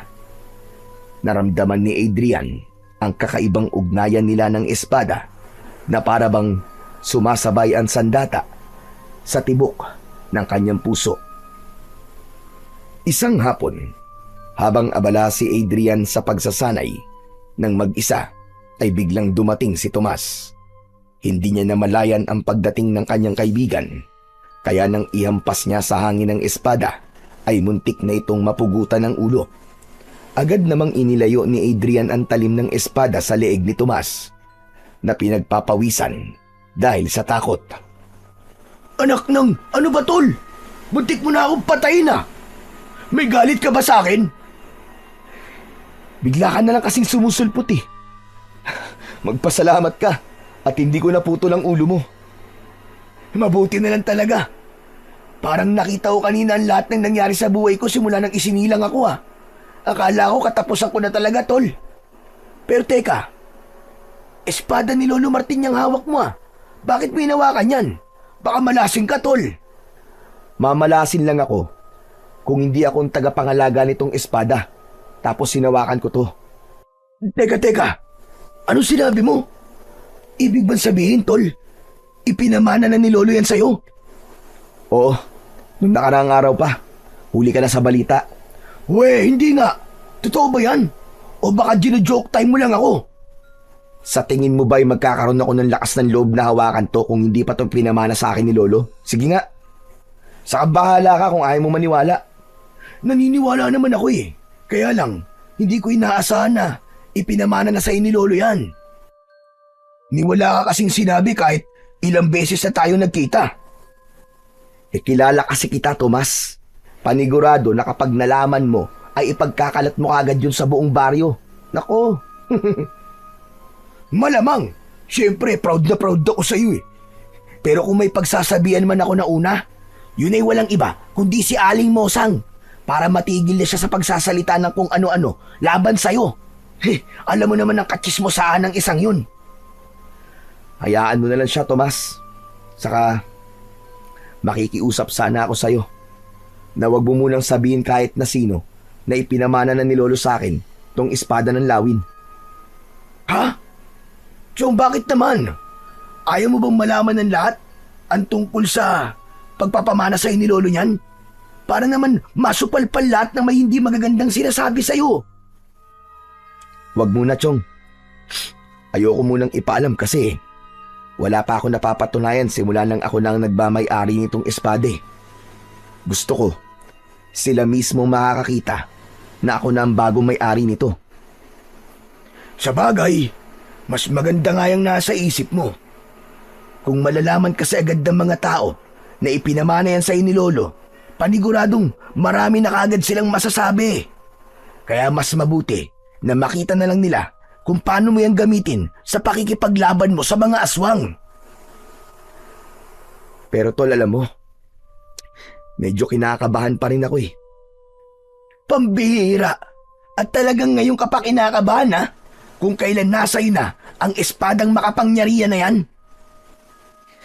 Kasi may pakiramdam ako na sa susunod na pag-atake ng mga aswang ay makakaharap ko na ang pinuno nila na si Gubaton.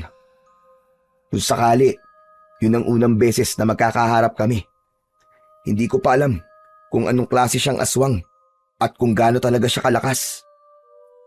Nako, huwag ka nang kabahan. Sigurado ko na kahit gaano pa kalakas ang gubato na yon, ay kayang-kaya mo siyang durugin.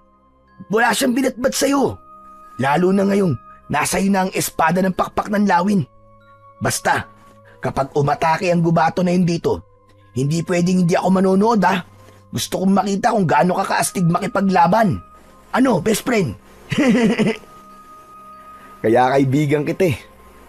Napakalaki ng tiwala mo sa akin. Salamat best friend ha. Kasi ikaw talaga ang palagi nagbibigay sa akin ng lakas ng loob.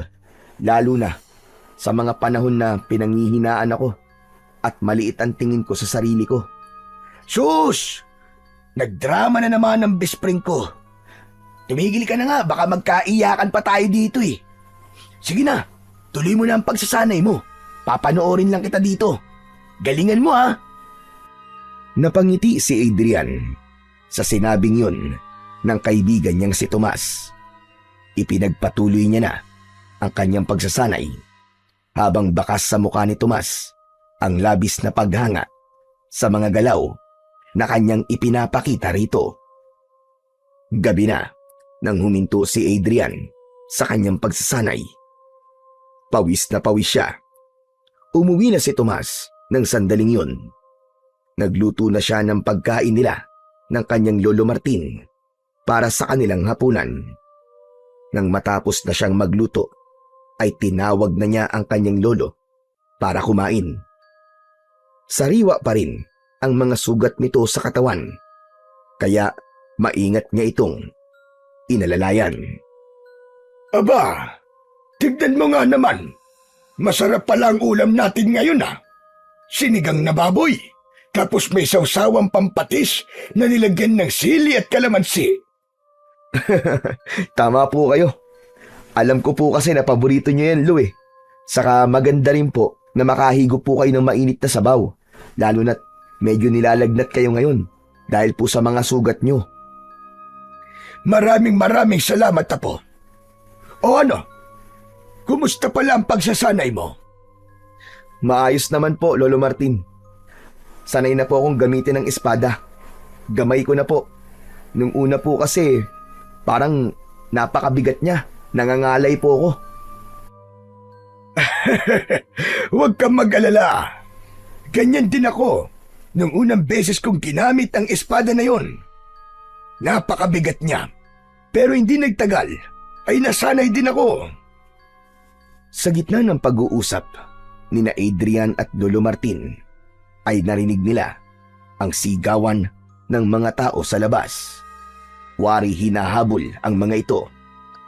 Agad na nilukob ng labis na pagkabahala at takot si Adrian, at ang unang pumasok sa utak niya ay muli na namang sumasalakay ang mga aswang sa kanilang baryo upang mambiktima o pumatay ng mga tao. Nanlalaki ang mga matang tumingin si Adrian sa kanyang Lolo Martin na noon ay nakatingin lamang sa kanya. Lolo! Ang mga aswang! Sumasalakay na naman po sila! Alam mo na kung anong dapat mong gawin. Lumabas ka na at gamitin mo ang espada ng pakpak ng lawin sa iyong pakikipaglaban. Opo, Lo. Gagawin ko na po kagad. Pero Lo, huwag po kayo lumabas dito ha. Ako na pong bahala sa mga aswang na yun. Hayaan nyo na lang po ako na ako ang lumaban sa kanila. Hindi nyo pa po kayang makipaglaban sa ngayon, lalo na't mahina pa po kayo at sariwa pa po ang mga sugat nyo. Huwag po kayong lalabas dito, Lo, kahit ano po mangyari. Sige, Apo. Malaki ang tiwala ko sa iyo. Ipakita mo sa lahat ng mga aswang at mga tao rito na hindi ako nagkamali sa iyo, na ipinamana ko sa iyo ang aking espada. Puno ng kumpiyansang tumango si Adrian sa kanyang Lolo Martin. Kinuha na niya ang espada ng lawin at saka siya lumabas ng kanilang bahay. Sumalubong sa kanya ang kaguluhang nangyayari sa kanilang baryo, gawa ng mga aswang. Nakita niya ang napakaraming aswang na ang mga mata ay kumikislap sa dilim na akala mo ay bolang apoy. Halatang gutom na gutom at uhaw na uhaw ang mga yon sa laman at dugo ng tao. Hoy! Mga diablong buwang kayo! Ang papangit yung mga aswang kayo! Ako ang harapin nyo! At huwag ang mga walang kalaban-laban sa inyo! Sa akin nyo ipakita ang bangis nyo! Sige! Lusob! Sa lakas ng boses na yon ni Adrian, nakuha niya ang atensyon ng mga aswang. Maging ang mga tao ay nagulat nang makitang hawak niya ang espada ng lawin. Isang aswang ang unang umatake sa kanya. Tumalon ito ng mataas, ngunit sinalubong naman niya ito ng espada at nagawa niyang gilitan ang leeg ng naturang aswang. Bumagsak ang aswang sa lupa na agad na binawian ng buhay. Kasunod noon ay 3 pang aswang ang umatake mula sa harapan niya. Hindi umatras si Adrian. Mabilis ang kanyang galaw at matagumpay niyang naiwasan ang mga pag-atake ng mga yun.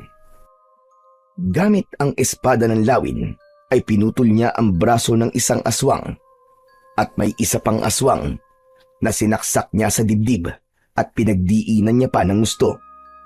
Ang isa ay sumugod sa kanya mula sa gilid pero naramdaman niya yon at nagawa niyang sumalag gamit ang espada at sa kanya ito sinaksak sa likod na agad nitong ikinasawi. Habang papalapit ang mas marami pang aswang ay lalo lamang bumibilis ang bawat galaw at pag-atake ni Adrian. Isa-isang tinamaan ang mga aswang ng kanyang espada at sa bawat pag-atake niya ay may aswang na bumabagsak ng walang buhay. Sa bawat pagbagsak ng mga aswang ay lalong naging matatag ang loob ni Adrian. Pakiramdam niya ng mga oras na yon ay kasama niya sa pakikipaglaban ang tatay niya at ginagabayan siya. Ang lupa sa paligid niya ay napuno ng mga bangkay ng aswang. Nagkalat ang mga putol-putol na katawan ng mga ito at nagsambulat ang mga loob ng aswang sa paligid. At kahit humihingal siya at nanginginig ang kalamnan, ay hindi niya hinayaang panghinaan siya ng loob. Matalas ang pag-iisip at nag-uumapaw ang determinasyon na matalo ang mga kampon ng kadiliman. Ngunit sa gitna ng pakikipaglaban ng binatang si Adrian, ay biglang dumagundong ang isang napakalakas na pag-alulong. May hinala na siya na kung sino yun at hindi nga siya nagkamali. At dahil sa paglingon niya sa pinanggagalingan nun, doon niya nakita ang isang malaking aswang.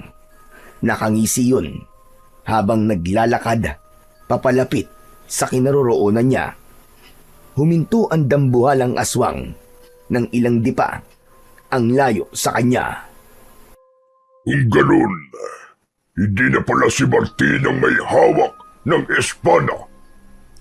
Sino ka? Ipakilala mo ang iyong sarili sa akin. Ako si Adrian.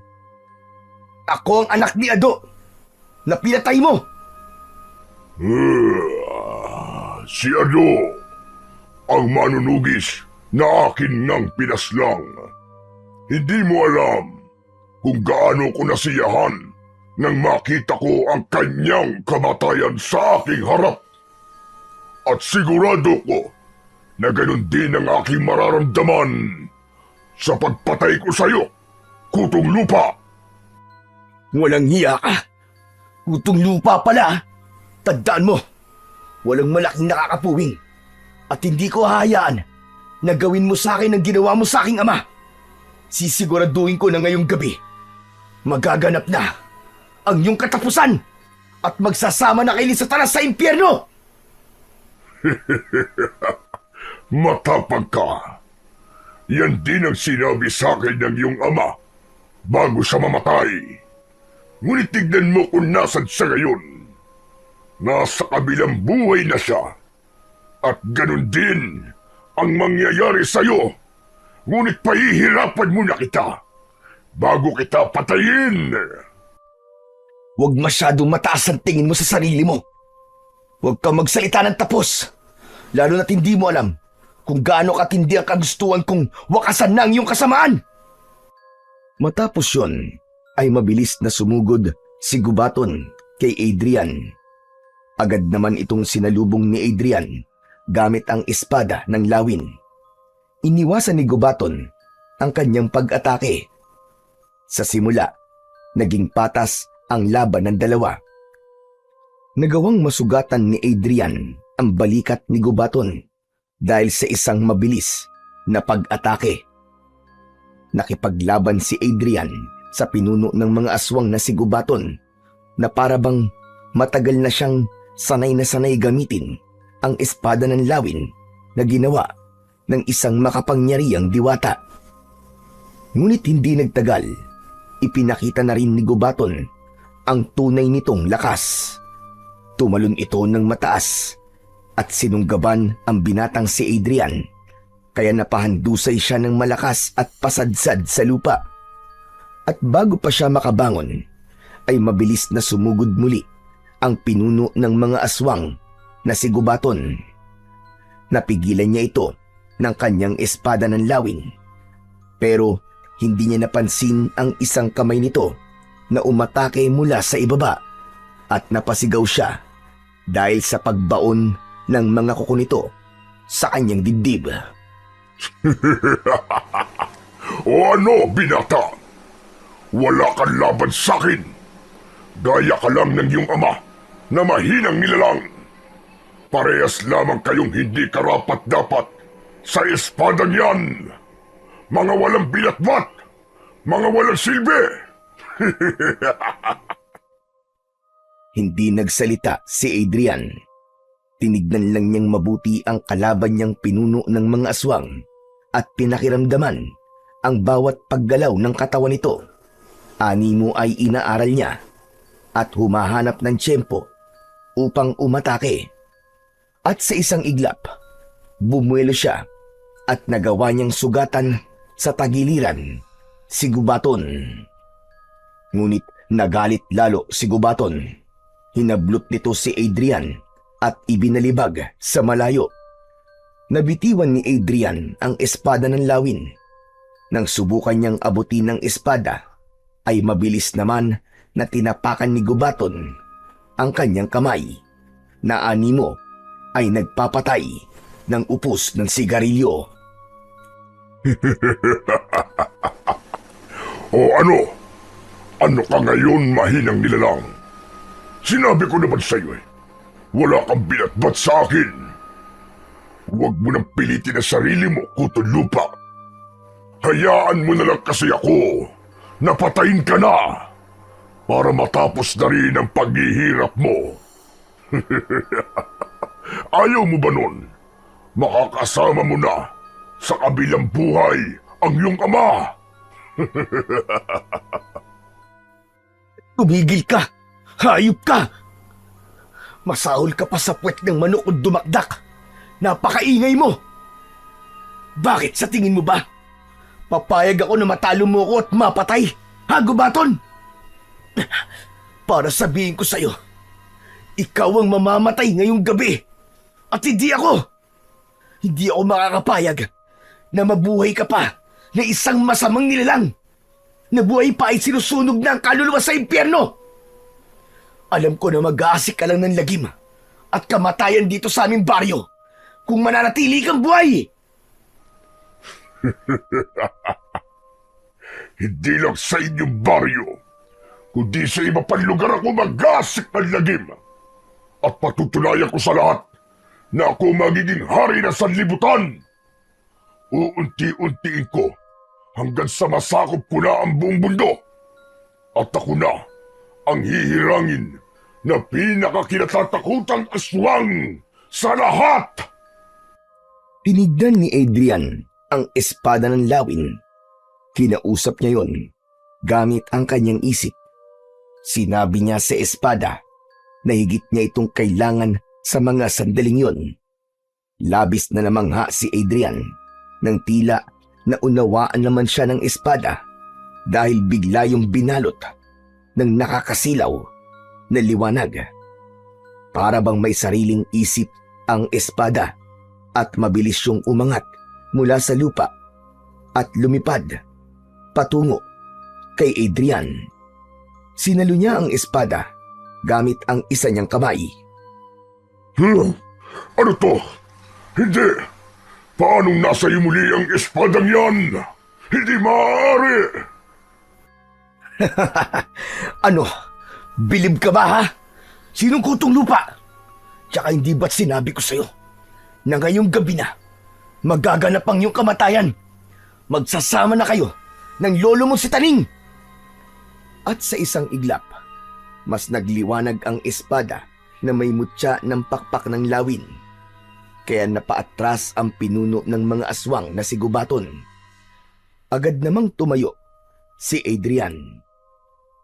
Sa muling paghawak ni Adrian sa espada ng lawin, ay may naramdaman siyang kakaibang lakas na dumaloy sa kanyang buong katawan hanggang sa kanyang mga ugat at sa lahat ng himay-himay ng kanyang laman.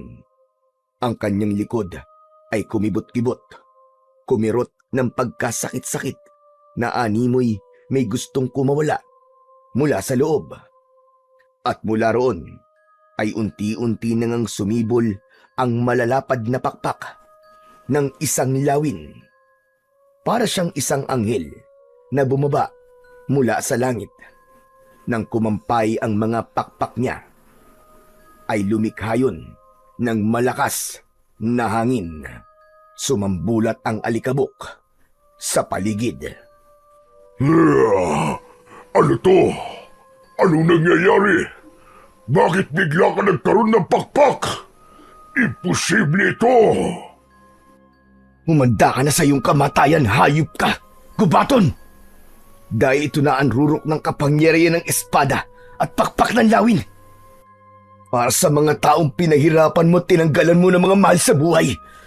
Sa lahat ng mga naging biktima mo at ng mga alagad mong kapwa mo demonyo. At syempre, para sa aking ama, na pinaslang mong hayop ka na walang ginusto, kundi ang mamuhay ang mga tao sa aming baryo ng payapa at tahimik. Hayop ka para sa lahat ng pinaslang mo. Ito na ang katapusan mo! Nagulat si Gubaton sa itsura ni Adrian. Natatakot na lumayo ito sa binata. Maging ang mga alagad nitong aswang ay tumakbo na rin para tumakas.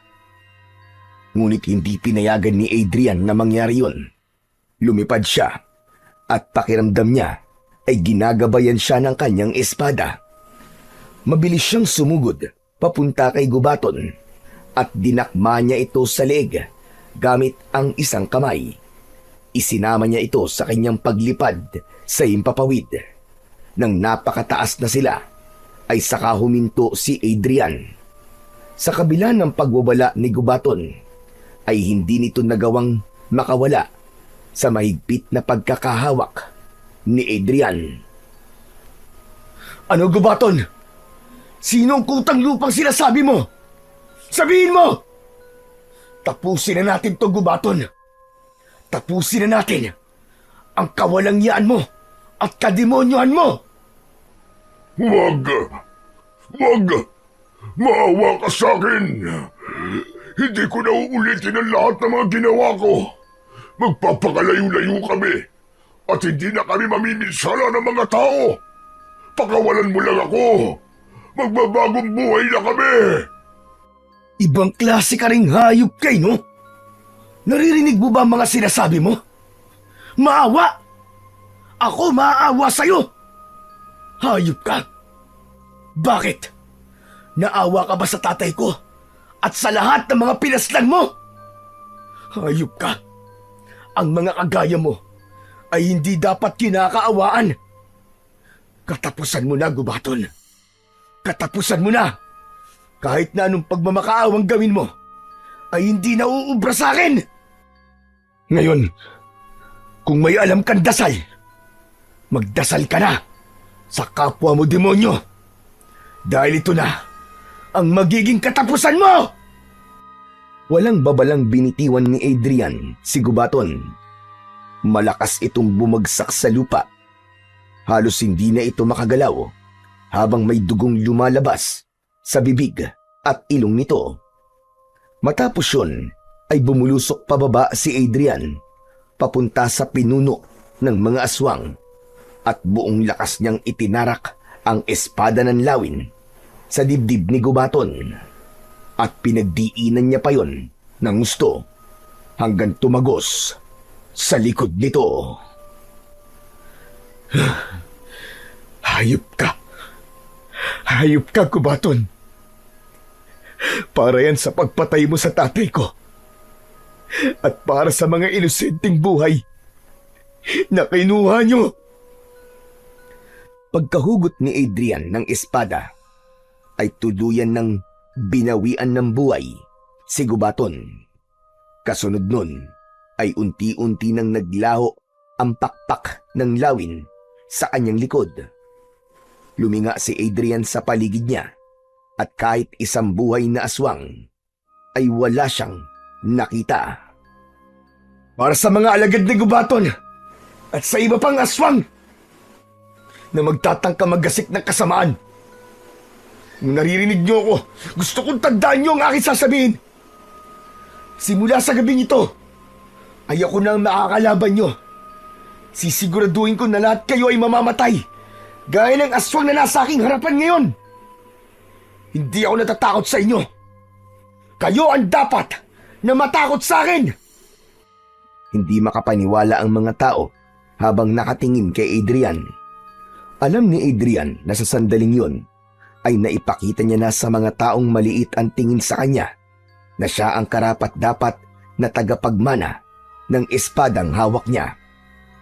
Hindi nagtagal ay masayang lumapit si Lolo Martin kay Adrian. Lolo, patay na po si gubaton. Matatahimik na po tayong lahat. Hindi ako makapaniwala. Ikaw ang itinakdang makakapagpalabas ng rurok ng kapangyarihan ng espada at pakpak ng lawin. Ang pakpak na lumabas sa iyong likod, sigurado ko na yun ang senyales na ikaw, Apo, ang itinakda. Masayang nagyakap ang maglolo. Maging si Adrian ay hindi makapaniwala sa mga nangyari kanina. Ganun pa man, masaya siya dahil nagkaroon na ng hustisya ang mga naging biktima ni Nagubaton, lalo na ang pagkamatay ng kanyang ama. Natutunan ni Adrian na ang kabiguan ng nakaraan ay hindi hadlang para sa tagumpay ng kasalukuyan. Siya na ang bagong tagapagtanggol ng kanilang baryo at doon niya nalaman na meron siyang halaga. Alam niya na sa gabing yun ay tuluyan ng magbabago ang buhay niya, pero handa siya sa malaking pagbabagong yun basta nasa tabi niya ang mga taong totoong nagmamahal at nagtitiwala sa kanya.